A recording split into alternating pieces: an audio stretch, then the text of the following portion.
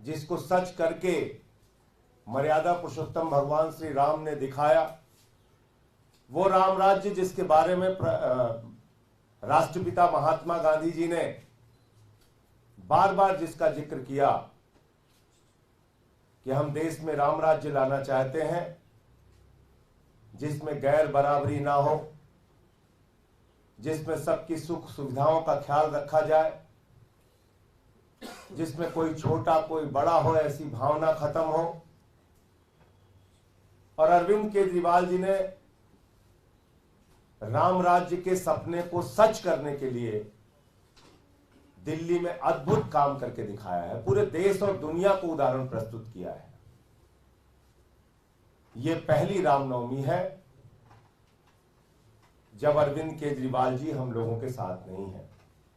वो जेल में है, जेल से अपने संदेश भेजते रहते हैं, दिल्ली की देश के लोगों की चिंता करते रहते हैं, उनके लिए क्या करना चाहिए उसके बारे में पत्र से और अपने संदेश से वो हम लोगों को सूचित करते रहते हैं।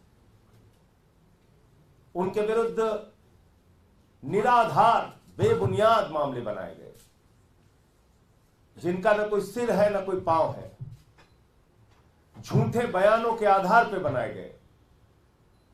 और इसके पीछे मैं कई बार कह चुका हूं, फिर दोहराना पड़ता है, प्रधानमंत्री जी के मन में जो एक दुर्भावना है केजरीवाल जी को लेके, जो एक बदले की भावना है, और जो ये भावना है कि भाई जो केजरीवाल कर रहे हैं वो तो हम नहीं कर सकते। यानी कि शिक्षा की बात, स्वास्थ्य की बात, बिजली की बात, पानी की बात, लोगों की जिंदगी की दुश्वारियों को कम करने की बात, महिलाओं के लिए फ्री बस की यात्रा की बात, 1000 रुपए की आर्थिक सहायता की बात, ये जो काम अरविंद केजरीवाल कर रहे हैं ये तो हम नहीं कर सकते, इसलिए उनको पकड़ के जेल में डालो। ये कारण है, इसके अलावा कोई कारण नहीं। तो आज 10 साल के अंदर वो सफर केजरीवाल जी के नेतृत्व में हम लोगों ने तय किया कि न सिर्फ दिल्ली में 3 बार सरकार बनी, बल्कि पंजाब में प्रचंड बहुमत से सरकार बनी आम आदमी पार्टी की। दिल्ली में केजरीवाल जी की सरकार 9 सालों में, और 2 सालों में भगवंत मान जी की सरकार पंजाब में ऐसे काम करके दिखाए जिसका उदाहरण आज दुनिया के देश दे रहे हैं।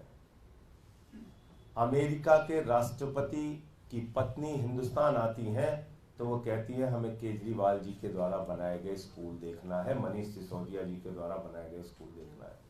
पहले लोग कहते थे अमेरिका से सीखो, अमेरिका से सीखो। एक ऐसा दिल्ली मॉडल, एक ऐसा काम का मॉडल अरविंद केजरीवाल, फ्री पानी की योजना लागू की, फ्री बस की यात्रा की योजना लागू की, 1000 रुपए प्रति माह देने की योजना लागू की, फरिश्ते स्कीम की योजना लागू की। और उसके बाद मुनाफे का बजट। अभी वित्त मंत्री जी ने बजट पेश किया था, आतिशी जी ने असेंबली में, मुनाफे का बजट। दिल्ली एकमात्र ऐसा राज्य है जो मुनाफे का बजट देता है, इतने सारे काम करने के बावजूद। क्योंकि जो केजरीवाल का अर्थशास्त्र है वो कहता है जनता का पैसा जनता के ऊपर खर्च करो। नरेंद्र मोदी जी का जो अर्थशास्त्र है वो कहता है जनता का पैसा अपने चंद दोस्तों के ऊपर खर्च करो। तो राम राज्य को लेकर हमारी जो कल्पना है उसको हम जमीन पर पूरा करके दिखाएंगे, उसके लिए संकल्पबद्ध हैं। और जो भी लोग हमारी राम राज्य की कल्पना को देखना चाहते हैं वो हमारी वेबसाइट पे जरूर जाएं। क्या काम हमने दिल्ली में किया है, क्या काम हमने पंजाब में किया है, वो काम लोग देखें, जानें और तब हमारे साथ जुड़ें।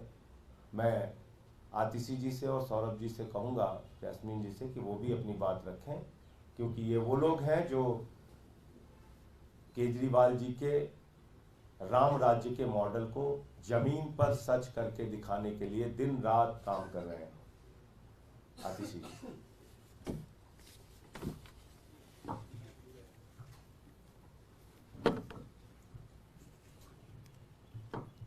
ये रामचरितमानस में लिखा है, रघुकुल रीत सदा चली आई, प्राण जाए पर वचन न जाए।